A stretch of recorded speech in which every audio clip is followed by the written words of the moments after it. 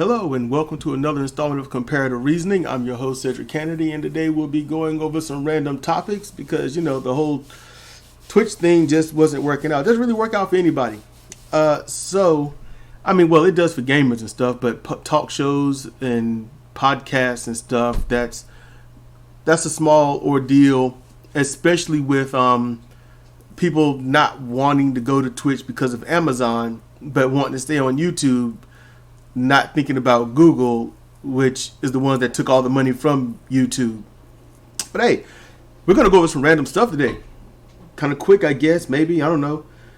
So I'm going to go ahead and try to get the main thing up here.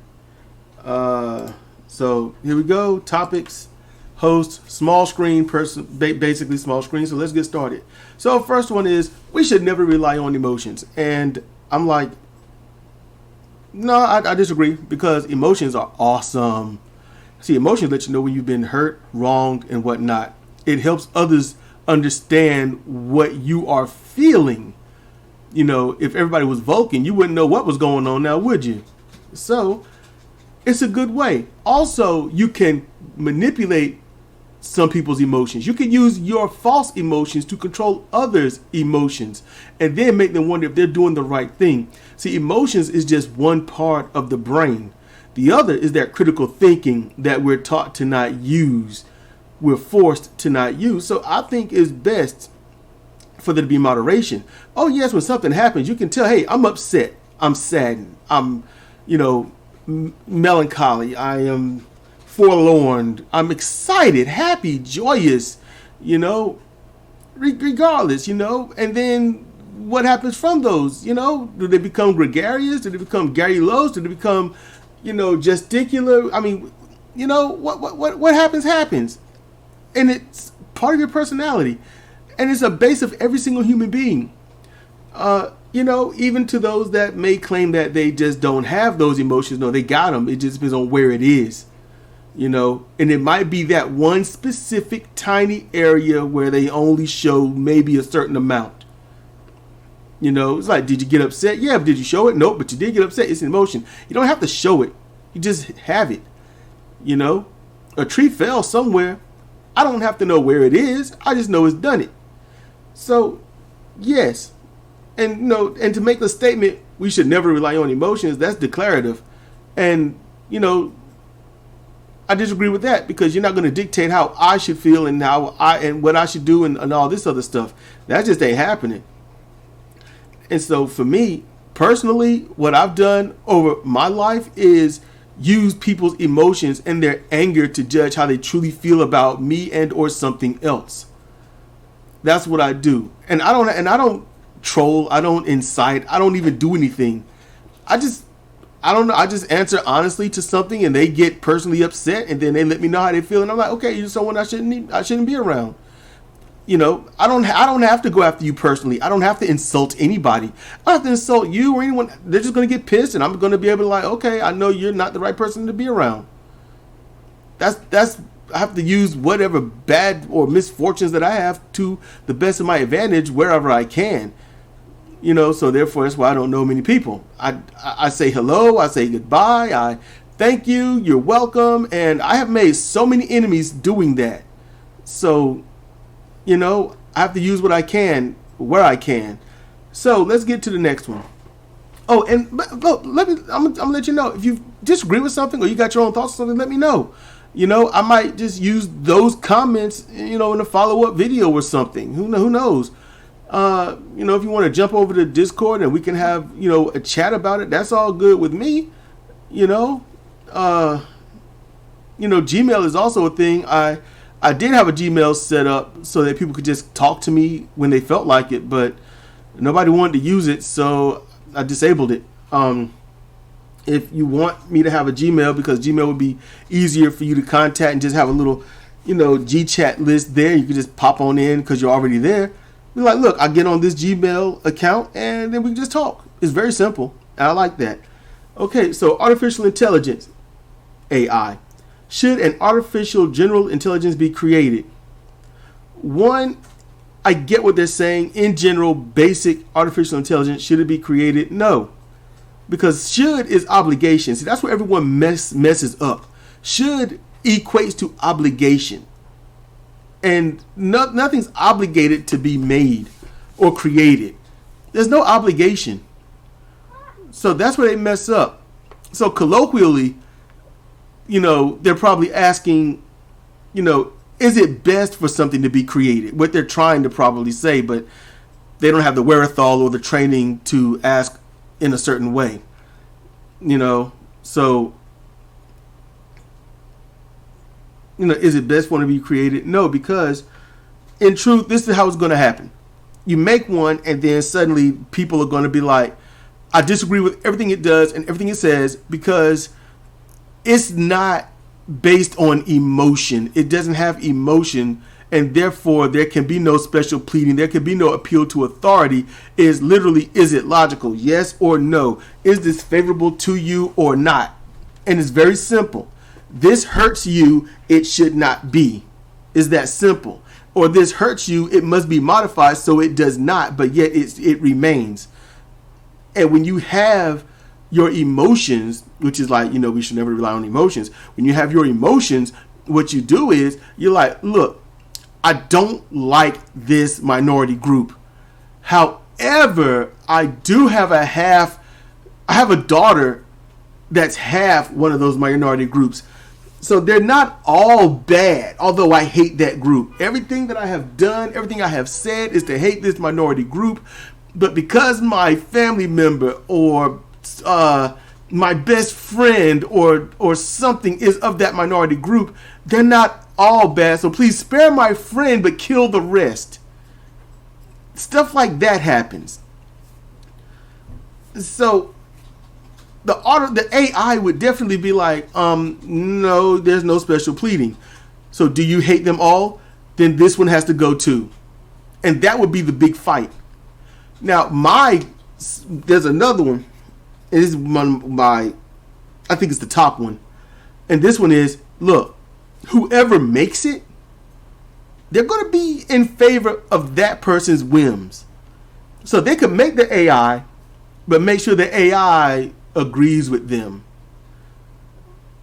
And the way people word things, the AI could easily, if they make the AI smart, just delve into the online world, see the arguments, hear the arguments, extrapolate the arguments, break them down to a yes or no kind of factor, put in all the support, the actual proven support and such, and then, it can be like, hey, this, and everyone be like, are you out of your mind?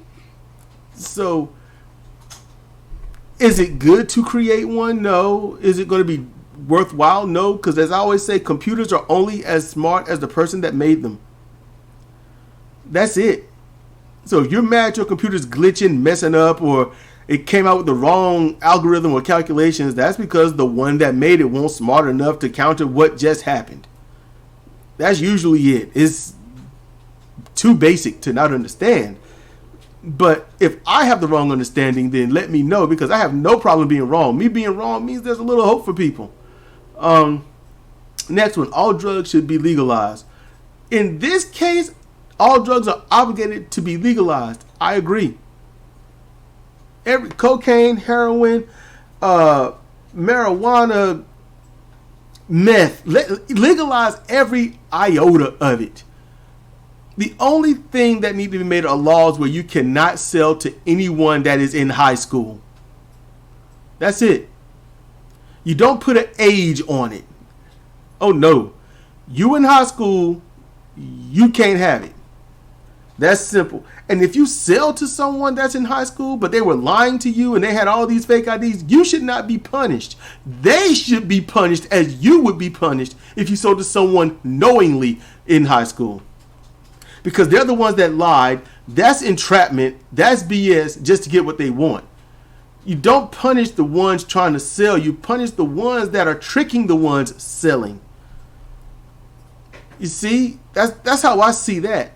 Besides, there's so much money in that. When people get messed up and they want to finally get clean because they realize, okay, I can't control myself. Because there are people that only function when they are high. They can't function otherwise. They just can't. their minds are too scattered. Their ADD or ADHD or something is so out the chain, they can't focus. So yeah, certain drugs will generate a bit of focus, you know? So that's good to think about. And having clinics and whatnot that help people get clean all over the state, at least 2 to 3 in every county, 1 in every town. When they want to get clean, it would be literally a program of, let's say, you know, maybe $5 a day, so $25 a week. You know, you don't include weekends; those are free, and you have to commit. If you can't commit, I mean, you're going to be charged for whatever for the time you were there. That's just plain and simple, you know. And I don't think it should be taxed. I don't think it should be taxed because this is them. This is society, you know. Now, if the state and whatnot are going to be in charge of building these clinics, then yeah, it should be taxed. But that tax money only goes to anything dealing with the clinics and nothing else, and that's it. So you literally have, you know, a wellness tax, and that's it. And it goes to clinics and mental health checks of any other kind and stuff like that. A wellness tax. There's nothing wrong with that.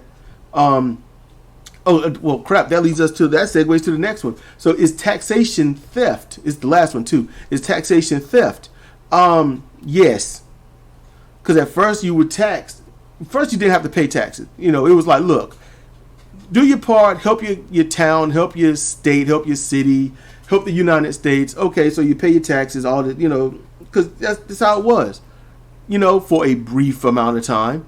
And then it turned into, you know what, if you are a good citizen, you'll pay your taxes.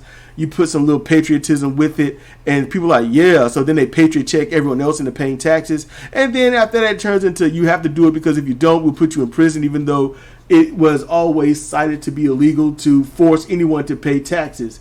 So it snowballs into theft, you know. I mean, look, you run a general store of some kind, or you got a job of some kind, and I'm like, look, you know, I can help you. Just give me a little bit of money here and there, and it's all good. And the help I provide is really good, and you like it. And then I come to you and saying, hey, you know, be honest with you, it's not so much a charity anymore. It's more like, if you don't pay me this money, you are a sorry sack of crap.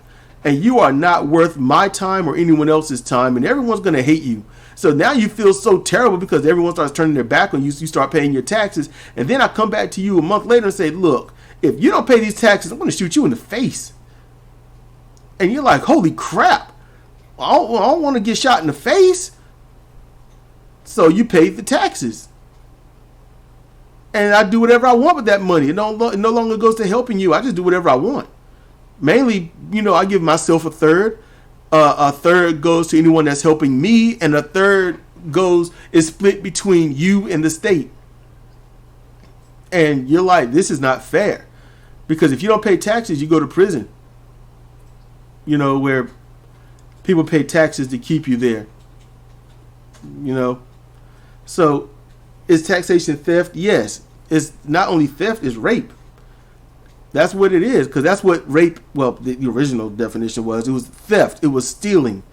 You know, that's what it was. It was first used ad nauseum in Greek mythology as such. So, of people, you know, things being stolen from people. But is taxation theft? Yeah. You know, so that's all that I have. Saw this up here, so if you got any questions, you got any comments and whatnot, and maybe I could do a follow-up depending upon, you know, if you got questions, yes, I'll probably put that in the follow-up. It can be a short, long video, don't matter.